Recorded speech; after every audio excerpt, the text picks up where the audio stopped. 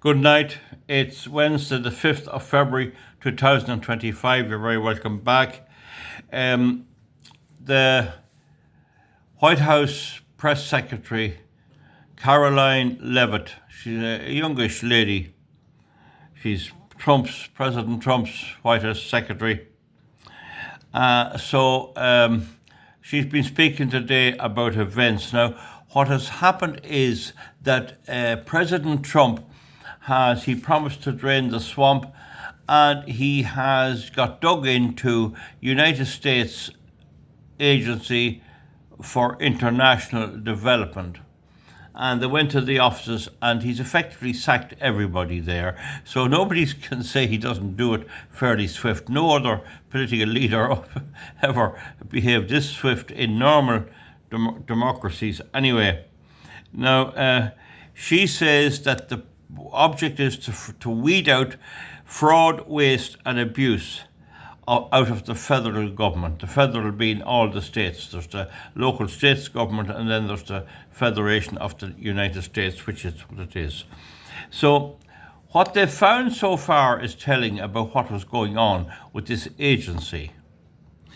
It's 1.5 million was given to Serbia's workplaces. This is something to do with putting in diversity, equity and inclusion into the workplaces there. $1.5 million. 47,000 was given to a transgender opera in Colombia.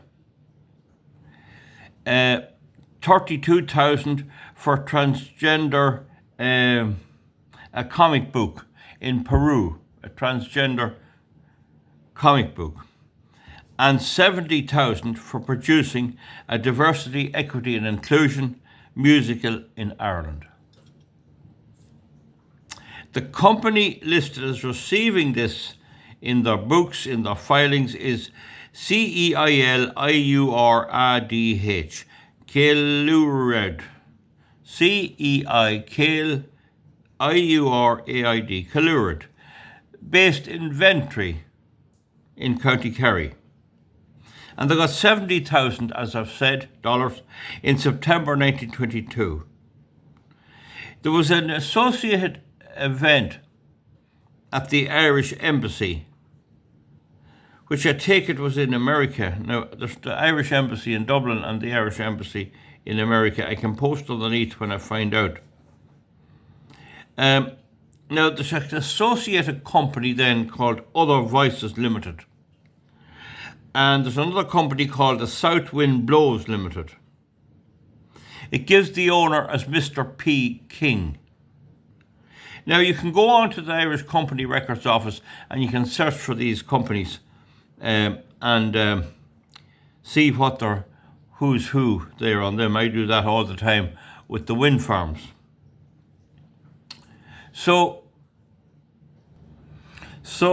Politico, they're a sort of a political analysis group. They do surveys, they do publish, what do you call them, polls, opinion polls, and they usually get them wrong a lot of the time in America. Now, they got $8 million US.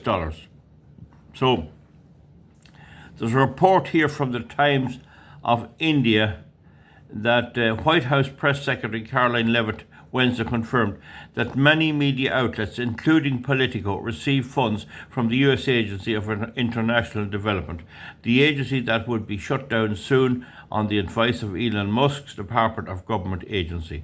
So Musk is having some effect.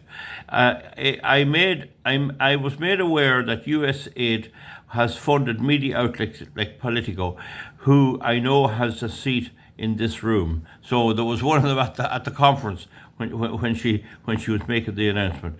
I can confirm that more than 8 million taxpayers' dollars that have gone to essentially subsidizing subscriptions on the American taxpayers' dime or money will no longer be happening. The DOGE team, that's Department of Efficiency, of Government Efficiency, is working on cancelling those payments. So it is really unbelievable that that this has gone on. I'd say they were giving money to everyone. I'd say that BBC, I can't find evidence, BBC could have been getting some of it. And RTE, I have no, I'm not sure. This is a whole government effort to ensure that we are going line by line when it comes to federal government's books. The president and his team are making decisions across the board. Now, I have contributed here, and I have other people say Trump is a blithering idiot, and yet look at that what's going on there. Look at how official government money was being doled out. And we know 70,000 of it, and that's all we know about, went to a gig in Ireland to promote some sort of diversity, equity and inclusion. Now, according to the Telegraph, BBC's Media Action charity received USAID funding. So this is a BBC Action charity. The agency gave £2.6 million sterling, this says, to the organisation which trains journalists and helps improve communications in poor countries. There's no such thing as helping to improve communications. It's promoting the left cultural Marxist, mass migration, LGBTQ, indoctrination of kids, puberty blockers, severing the breasts of young girls and all of this stuff. In a fit of madness that's going on. There's one woman I seen there boasting how she had her daughter's breasts had been cut off because at a young age. Okay, now anyway, so the Trump administration is in the process of shutting down the overseas aid agencies, which the US president had claimed is run by a bunch of radical lunatics, and Elon Musk branded it as a criminal organization. There you are. They're saying that. Now, the USAID is the world's largest single aid donor. It distributed $72 billion, and the country up to its neck in debt. $72 billion. It'd take 1,000 billion to make a trillion, in my way of thinking. And the US is 36 trillion in debt, so it's not small. It distributed 72 billion of assistance in 2023 alone to a string of causes, from natural disaster relief to access to clean water and HIV/AIDS treatment. And it wouldn't give the victims of the North Carolina hurricane any more than $750 apiece. Isn't this grotesque? Among the agencies who would be impacted by the closure is BBC's international charity BBC Media Action, which counts USAID as the second largest donor. In the 2023-24 tax year, the US taxpayer-funded agency gave £2.6 million sterling to the organisation, which trains journalists. Indoctrinates them and tells them how they must counter the likes of me. We're up against this every day, years and years, trying to point out the crazy illegality of our energy policy and many others, and they know how to deal with this, how to keep us out. They took us on. There was one time there was a wind farm planned for County Laois, and there were several of us involved, and the wind energy company was supposed to come down and meet, and when they heard that me and another man were going, they cancelled it. But RTE went down and met a group of ladies, and they interviewed each one, maybe 14 or 15, and they selected one woman, and she was brought up and put on the television, and she says, "Oh, I love the windmills, but I don't want them near me." They selected her out of 14 other people. So don't tell me about these crooks. That's all they are, a crowd of crooks, and that's all Radio Television is. Now, the highest donor was the Foreign Commonwealth and Development Office, which gave more than $3 million. That'd be the British government, but at least that's British money. And for certain things, there may be some aid distributed. USAID staff told to stay away from the office. This week, USAID staff were told to stay away from the office, and hundreds were locked out of their email systems. to amid reports that the agency could be merged with the State Department. Now, it's not a case that Trump and Musk are actually ending foreign aid. There'll be certain things like AIDS and that which it might be useful, although it's very, very hard to see in the present world what business any Western government has stuck in any other country. Government efficiency, though, said over the weekend, adding that he had the US President's full support, that's Musk. On Tuesday, it emerged that media outlet Politico had received 8.2 million from the US government in recent years. That is a disgrace. Giving any media outlet money, that's no other reason than to train them, to get the government's left-wing agenda out there and to destroy the government. Who is driving this? Who is driving this? The saying, oh, what right has Musk to get involved? What right has George Soros to get involved?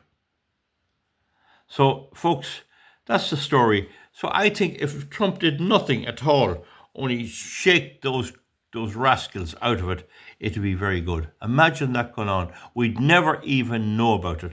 And I'd say that's only the tip of the iceberg. Anyway, folks, thank you for looking in. Comment underneath. I know some of you think that this should go on. Some of the left wing believe in this big time. But the company again is Ceiliuradh. Ceiliuradh. And it should be on the anyone wants to look it up, the government, what do you call it? The company records office. And it's inventory in County Kerry, and it cost 70,000. I wonder where was that event, or where did it take place? I don't know. There was something else at the Irish Embassy. And who is the owner? Mr. P. King. It's an address from. I haven't time tonight. I've been busy all day. A bit tired now, heading to bed. So, folks, that's it. I'm bringing you that bit of news. We'll see you back for something else in 13 minutes. Comment underneath and make sure that they're sensible. Somebody commented on my Val's Pictorial Weekly that Frank Hall was a censor for the Irish government. And I thought it was a censor like, as it was written, SENSOR. But I now realise what the poster meant was CENSOR. CENSOR. And he was a censor. He was one of the censors for the Irish government. I don't know if that office there yet. There used to be the Censorship of Publications Act. There was an Irish act called the Censorship of Publications Act. But it must be said that the time Hall took over, it was on the way out. It was becoming less relevant. And nowadays, the internet has made it futile. I don't even know is there a censorship office anymore. But it was all to do with obscene stuff and graphic, pornography and all that. So that's it. That's just to show you how it took me a couple of days to realise what the man meant was censor, CENSOR, whereas what he wrote was SENSOR. So try and make it logical. That's the biggest problem with commenters. Anyway, folks, that'll do tonight. We'll talk to you again. Good luck and comment underneath. Bye.